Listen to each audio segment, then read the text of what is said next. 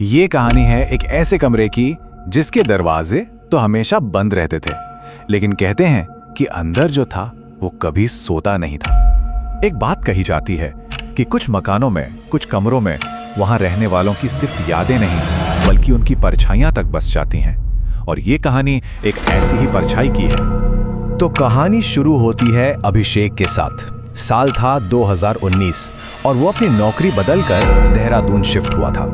रहने के लिए उसे एक पुराना सस्ता सा एक कमरे का अपार्टमेंट मिला।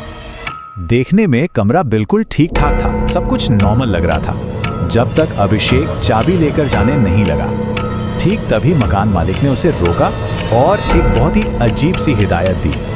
अब ये सुनकर तो अभिषेक को थोड़ी हंसी आ गई। उसे लगा कि शायद मकान मालिक पुराने ख्यालों के हैं और चोरों से बचने के लिए ऐसा कह रहे होंगे। उसे क्या पता था कि वो चेतावनी किसी चोर के लिए थी ही नहीं।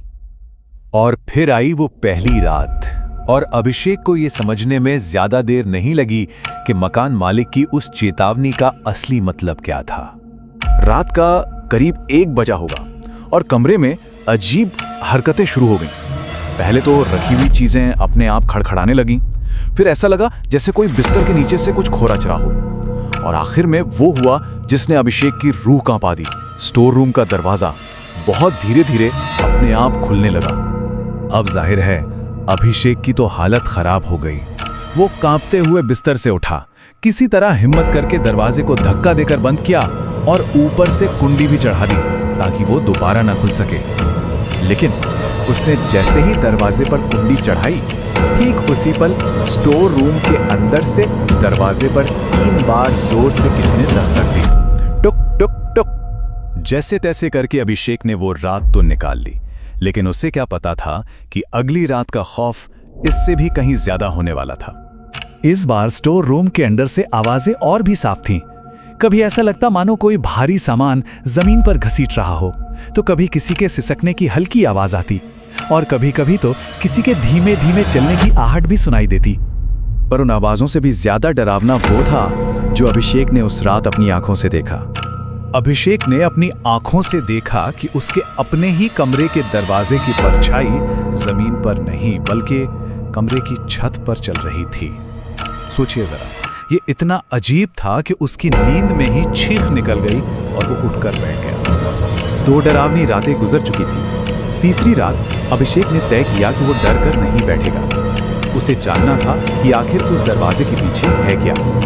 वो धीरे धीरे स्टोर रूम की तरफ बढ़ा और दरवाजे से अपना कान लगा दिया, और जो आवाज अंदर से आई उसने उसके होश उड़ा दिए।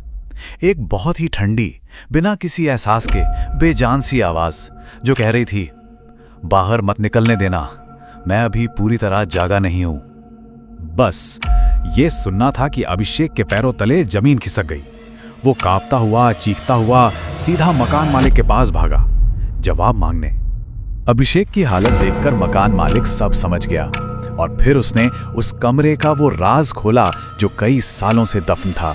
उसने बताया कि 3 साल पहले उस कमरे में एक लड़का रहता था। उसे इंसोम्निया था, मतलब नींद ना आने की एक बहुत ही गंभीर बीमारी, और अपनी इसी बीमारी से लड़ते लड़ते एक दिन वो हार गया और उसी स्टोर रूम के अंदर उसने अपनी जान दे दी। मकान मालिक ने कांपती आवाज में आगे जो बताया वो और भी ज्यादा डरावना था। उसने कहा कि वो लड़का मरने से पहले अक्सर एक ही बात दोहराता था कि वो सो नहीं पा रहा है, और अगर वो कभी पूरी तरह जाग गया तो फिर इस कमरे में किसी और को भी सोने नहीं देगा। अब ये सब जानने के बाद जाहिर है अभिषेक एक पल भी उस घर में नहीं रुक सकता था। उसने फौरन अपना सामान पैक करना शुरू कर दिया और कमरा खाली करने का फैसला कर लिया।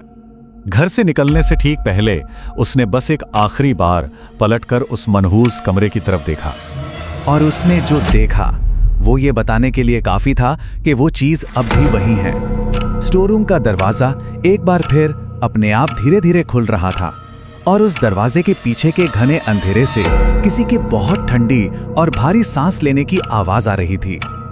अभिषेक तो उस दिन वहां से निकल गया, लेकिन कहते हैं कि आज तक उस कमरे में कोई भी किराएदार 3 रातों से ज्यादा टिक नहीं पाया। वजह वही है क्योंकि हर तीसरी रात वो कमरा सोता नहीं है, वो खुद जाग उठता है।